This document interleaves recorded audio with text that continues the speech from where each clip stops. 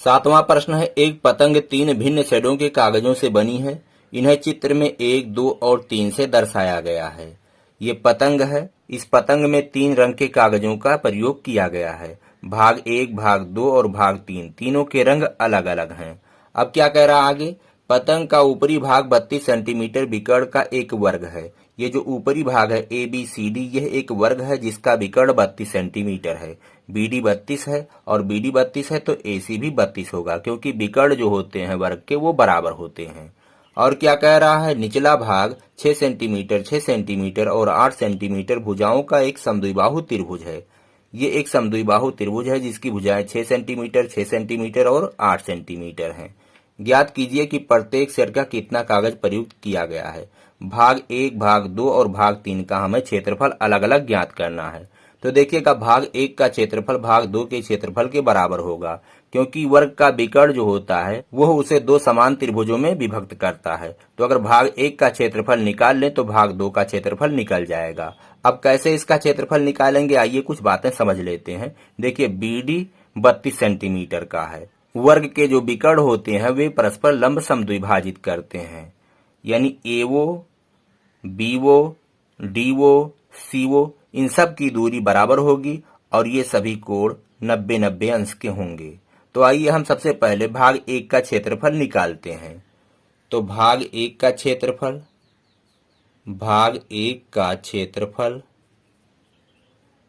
वो बराबर होगा भाग 2 के क्षेत्रफल के। भाग 2 का क्षेत्रफल और कितना होगा, इस त्रिभुज के क्षेत्रफल के बराबर।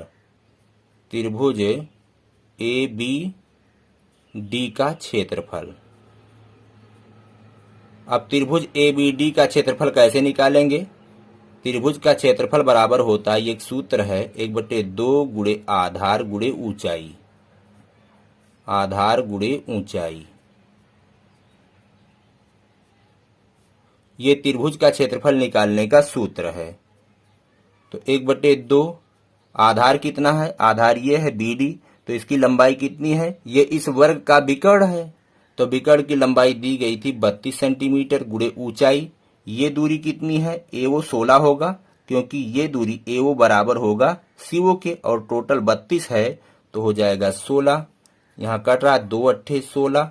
अब बचा 1 गुणे 32 गुणे 8, तो गुणा करेंगे तो आएगा 8 दूना 16 के 6, हासिल आए 1, 8 त्रिके 24 और 1 25, 256 सेंटीमीटर स्क्वायर। तो भाग 1 का क्षेत्रफल आ गया 256 सेंटीमीटर स्क्वायर। तो भाग 2 का क्षेत्रफल भी 256 सेंटीमीटर स्क्वायर होगा। अब आइए भाग 3 का क्षेत्रफल निकालते हैं। भाग 3 के लिए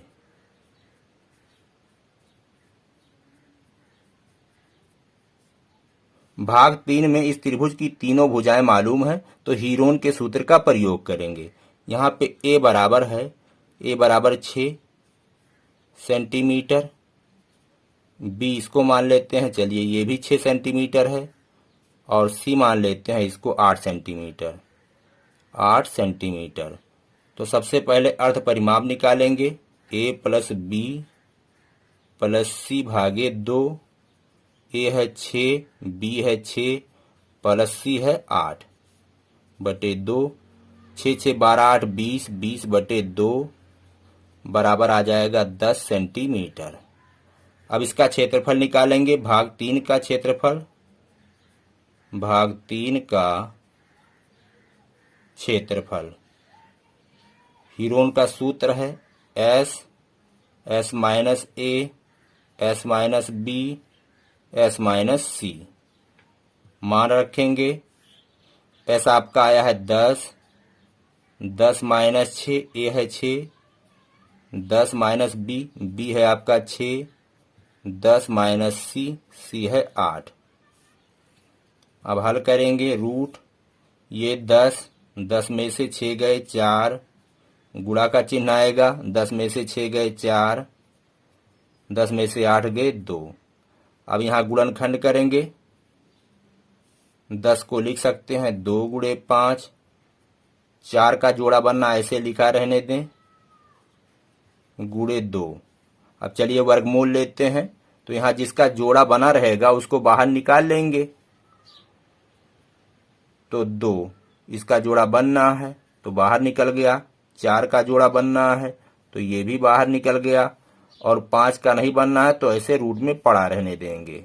चलिए इसको थोड़ा सा यहाँ अलग कर दें। तो हो गया 2 चौके 8 रूट 5। रूट 5 का जो मान होता है 2.24, तो यहाँ पे रख करके निकाल सकते हैं। 8 गुणे रूट 5 बराबर 2.24।